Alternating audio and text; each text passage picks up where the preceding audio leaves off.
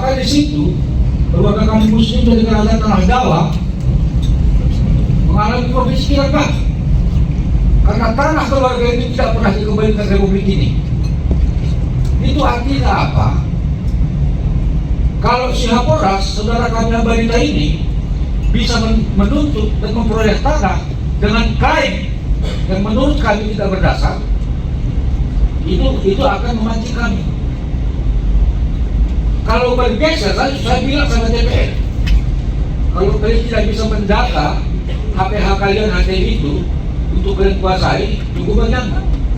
Kalau kehutanan memberikan lahan itu ke Ambarita, ingat kami juga kekurangan lahan. Kami juga akan ikut berladang di situ.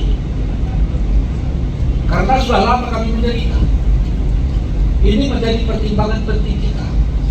Oleh karenanya saya minta dengan sangat, definisi masyarakat adat ini, alas hukumnya apa rujukannya?